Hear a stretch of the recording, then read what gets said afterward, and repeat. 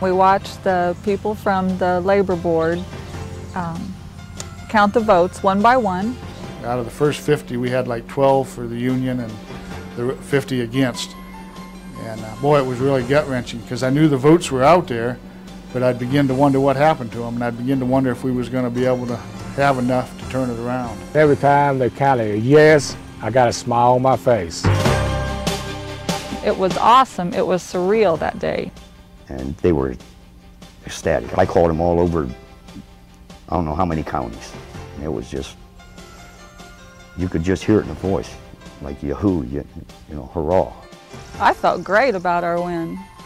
Because we've got a union, we're going to have a contract, we're going to have some power in our own employment. I felt more important after getting the union in. I thought they was going to have to show me the respect I deserved as an employee, and I felt better about myself.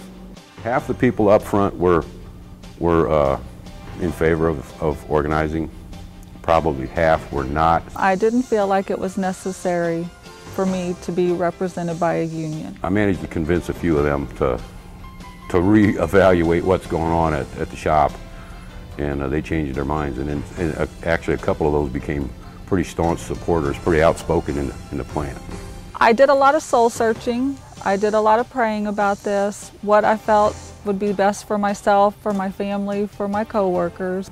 They sat down and thought about it, and I think that's what changed their minds. And it's a worthwhile cause. If I don't do it, it's my retirement, it's my wages, it's my family. We all just feel so good now that we feel like we have something, we know we had something we never had before. At least we can say, wait a minute, they have to talk to us now. The attitude of the workers have changed quite a bit in the plant since we've got the union in here.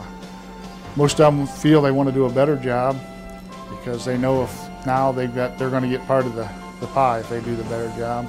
I do not want to hurt my company. I make my living there. But forming a union does not hurt the company. It gives you a voice. You can be pro-company and pro-union at the same time. They told us that, you know, a lot of things couldn't happen. Bad things would happen to us, and so far nothing has happened to us. Everything has went on just as it was before, other than the fact that now when they come out and talk to us, they treat us with respect. They don't come out and tell you, holler at you, this or that. They talk to you like a man-to-man. Now you feel free. There's just a feeling of freedom, and it's a good feeling to have. I think people reach a point in their lives where they decide they're going to stand up and take power and take some control over their situation, and that's what we've done. This one fella, he's a line operator, he's been there many years, longer than me.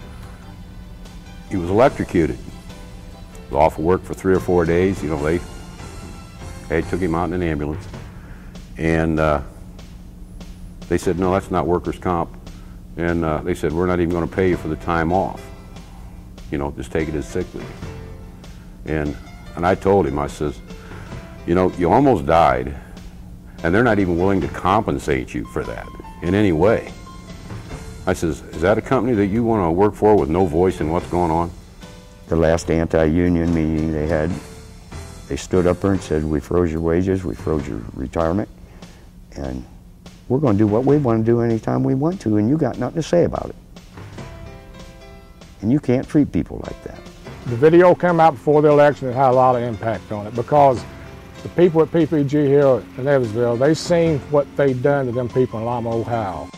To come in one day, go to an all-employee meeting, which we have here in Evansville, and for them to tell you that your jobs are being replaced, how devastating would that be? It's kind of hard not going to work and seeing all my friends.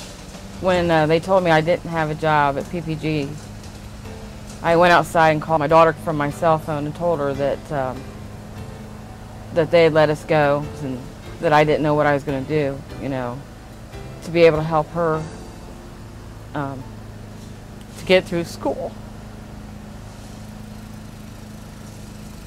And she called me back and told me that she was going to quit school to come home and help me. But since then, my family has stepped up and they told her whatever they got to do to help her to get through it, that she was going to go to college and graduate. It just kind of kills me that you know, they took that away from me, being able to help her. And now I got to rely on other people to do it for me. I think Kelly is kind of a hero because a lot of people looked at her and thought that could be me. With just 2 places that's already voted the union in, I know there's at least 500-600 families that aren't going to be without the ability to pay their bills and feed their kids. If I could say that I did one thing proud in my life up to this point, besides having my kids and raising them by myself, this would be one of those things I could put up with the pride in myself.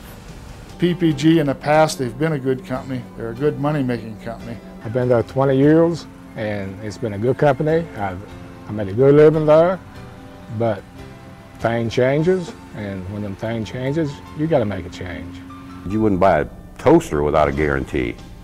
Why would you work for a company that won't guarantee you anything? The people in the plant votes on the contract. You and the company lives by that contract.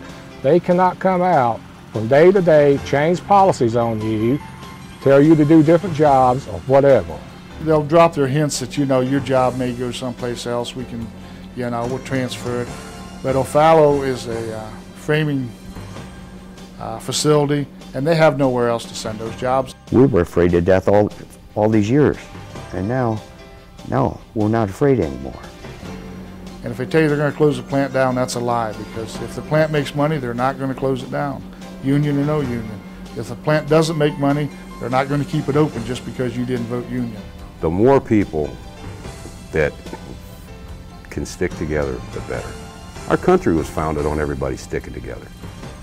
But if you got 4 or 5 standing together over here, you don't get many places. But when you get hundreds of people together and stand up, then they listen, they take note.